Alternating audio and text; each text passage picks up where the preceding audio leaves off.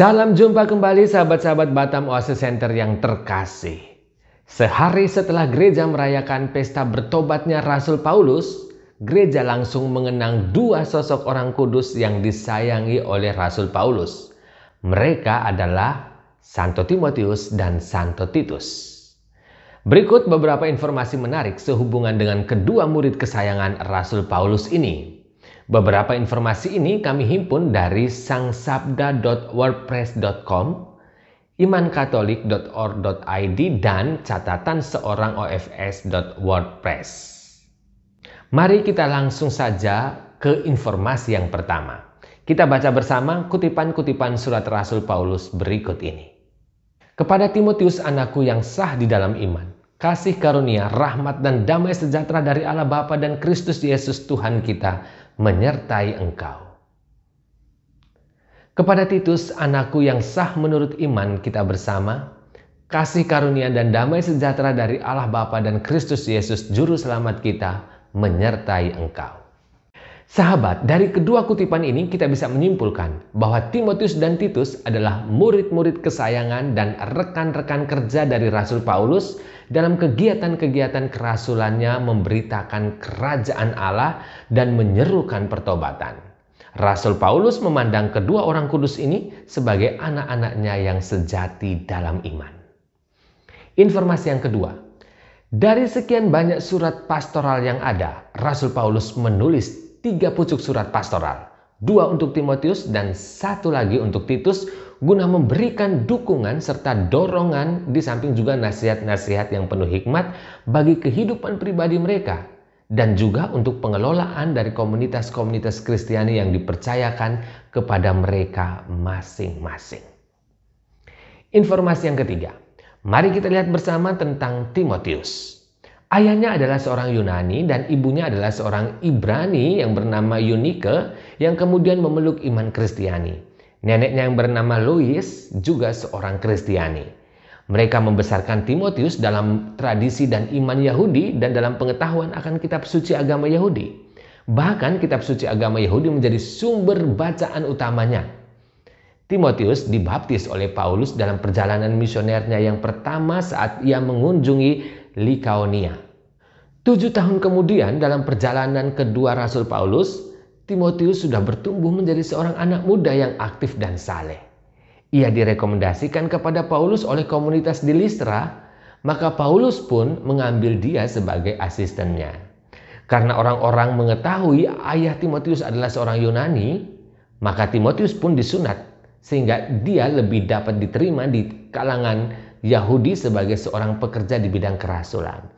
Rasul Paulus mengutus Timotius ke Makedonia dan juga ke komunitas-komunitas Tesalonika dan Korintus. Kemudian Timotius bergabung kembali dengan rombongan Paulus dan kawan-kawan. Kita lihat bahwa Timotius adalah uskup yang bertanggung jawab atas komunitas di Efesus. Paulus menulis 2 pucuk surat kepadanya.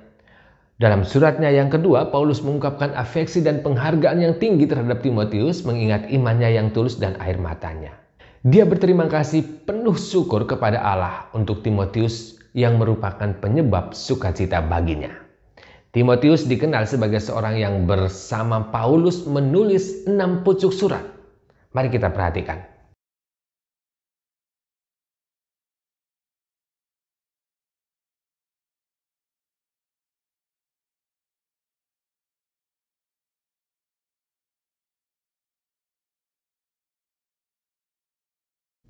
Paulus dan Timotius adalah sahabat-sahabat karib.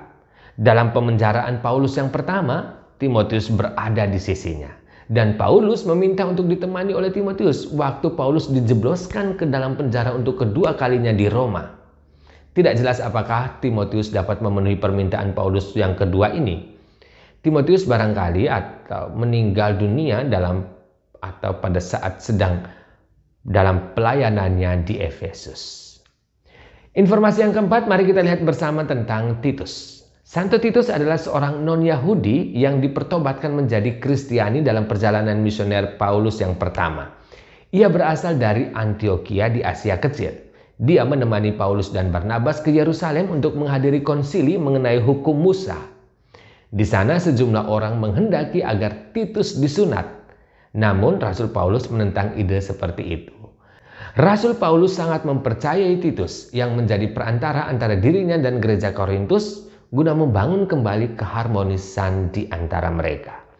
Ketika Rasul Paulus sampai di Troas, dia merasa sangat cemas karena dia tidak dapat menemukan saudara seimannya Titus. Sebab itu Paulus minta diri dan melanjutkan perjalanan ke Makedonia. Titus adalah uskup di Kreta. Paulus menulis sepucuk surat kepadanya mengenai pengelolaan karya gereja di sana. Paulus menyebut Titus sebagai anakku yang sah menurut iman kita bersama. Paulus mengutus Titus ke Dalmasia, sekarang dalam wilayah Kroasia, di mana di sana dia sangat dihormati. Namun menurut tradisi ia pergi kembali ke Kreta dan meninggal dunia di sana dalam usia lanjut. Informasi yang kelima, ada beberapa kesamaan antara kedua orang kudus ini. Dua-duanya adalah anak-anak dari bapak yang kafir non-Yahudi. Dua-duanya menerima iman melalui evangelisasi yang dilakukan oleh Paulus. Keduanya teman seperjalanan dan sepelayanan Paulus. Keduanya adalah orang kepercayaan Paulus. Kedua orang ini diberi tugas penting dalam gereja perdana. Keduanya adalah penerima surat Paulus yang termasuk dalam kategori surat-surat pastoral. Dan yang terakhir, lewat kesetiaan dan dedikasi mereka, gereja perdana dibangun, diperkuat, dan ditopang. Sahabat-sahabat yang terkasih, Timotius dan Titus adalah model-model keutamaan-keutamaan dalam bidang kerasulan. Mereka menjadi saksi Kristus dalam situasi yang tidak mudah. Dan mereka mengikuti nasihat Paulus untuk memberitakan Injil.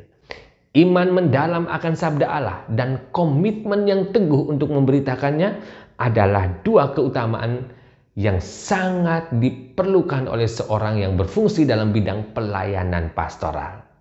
Dalam suratnya, Paulus mendesak Titus, jadikanlah dirimu sendiri suatu teladan dalam berbuat baik. Hendaklah engkau jujur dan bersungguh-sungguh dalam pengajaranmu. Ini adalah nasihat yang sangat baik dengan mana setiap orang Kristiani harus mendengarkannya dengan segala keseriusan. Terutama sangat diperlukan bagi setiap orang yang terlibat dalam pengajaran dan dalam pemberian bimbingan kepada umat beriman. Timotius dan Titus taat dan patuh pada nasihat dan bimbingan Rasul Paulus itu. Sahabat-sahabat yang terkasih, sebagai penutup, pesan indah buat kita. Menjadi contoh atau teladan memang jauh lebih efektif daripada sekedar memberi penjelasan atau kata-kata indah. Salam penuh kasih dari Batam Oasis Center, Rumah Retret SSCC.